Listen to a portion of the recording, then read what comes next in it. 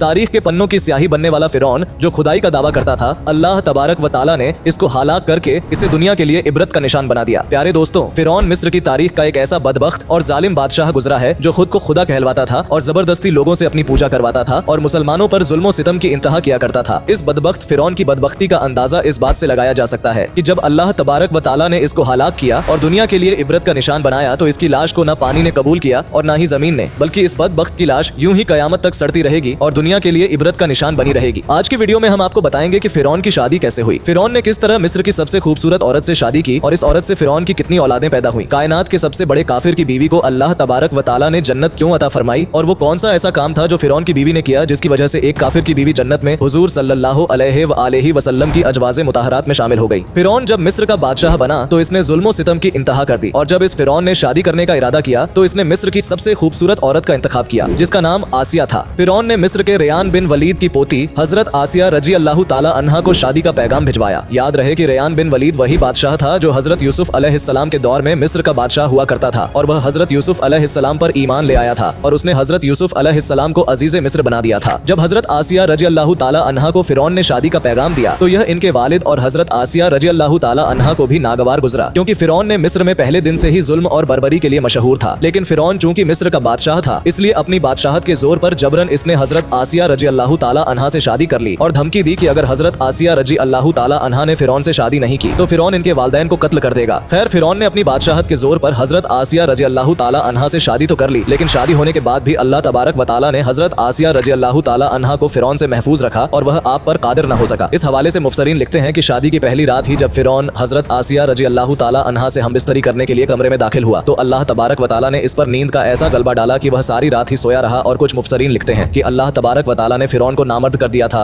जिसकी वजह से वह हजरत आसिया रजी अल्लाह ताला अन्हा से हमबिस्तरी न कर सका। और इस तरह अल्लाह तबारक व ताला ने हजरत आसिया रजी अल्लाह ताला अन्हा की अजमत को महफूज रखा। कुछ ऐसी रिवायात भी मिलती हैं कि फिरौन को एक ऐसी बीमारी लहक हो गई थी जिसकी वजह से मिस्र के तबीबों ने इसको सारी उम्र के लिए हमबिस्तरी करने से मना कर दिया था। हजरत आसिया चूंकि इस बादशाह की नस्ल में से थी जिस बादशाह ने हजरत यूसुफ अलैहिस्सलाम के दौर में इस्लाम कबूल कर लिया था, लिहाजा हजरत आसिया एक पाक दामन और नेक खातून थी। एक तरह से यह हजरत आसिया की करामात ही थी कि अल्लाह तबारक व ताला ने हजरत आसिया को फिरौन के नापाक वजूद से महफूज रखा। प्यारे दोस्तों, अब बात करते हैं कि फिरौन की कितनी औलादें थीं। बाज तारीखी रिवायात में मिलता है कि फिरौन की एक बेटी थी, लेकिन यहाँ पर भी कोई ठोस सबूत मौजूद नहीं कि वह फिरौन की हकीकी औलाद थी। कहा जाता है कि दर हकीकत वह फिरौन की ले पालक औलाद थी जिसे फिरौन ने किसी से लेकर पाला था, क्योंकि हजरत आसिया को अल्लाह तबारक व ताला ने फिरौन से महफूज रखा था। इस वजह से इनसे कोई औलाद पैदा नहीं हुई। प्यारे दोस्तों, अब बात करते हैं कि दुनिया के सबसे बड़े काफिर यानी फिरौन की बीवी को अल्लाह तबारक व ताला ने जन्नत में हुजूर सल्लल्लाहु अलैहि वसल्लम की अज़वाजे मुताहरात में किस वजह से शामिल फरमाया और वह कौन सी ऐसी नेकी थी जिसकी वजह से एक काफिर की बीवी को अल्लाह तबारक व ताला ने जन्नत अता की।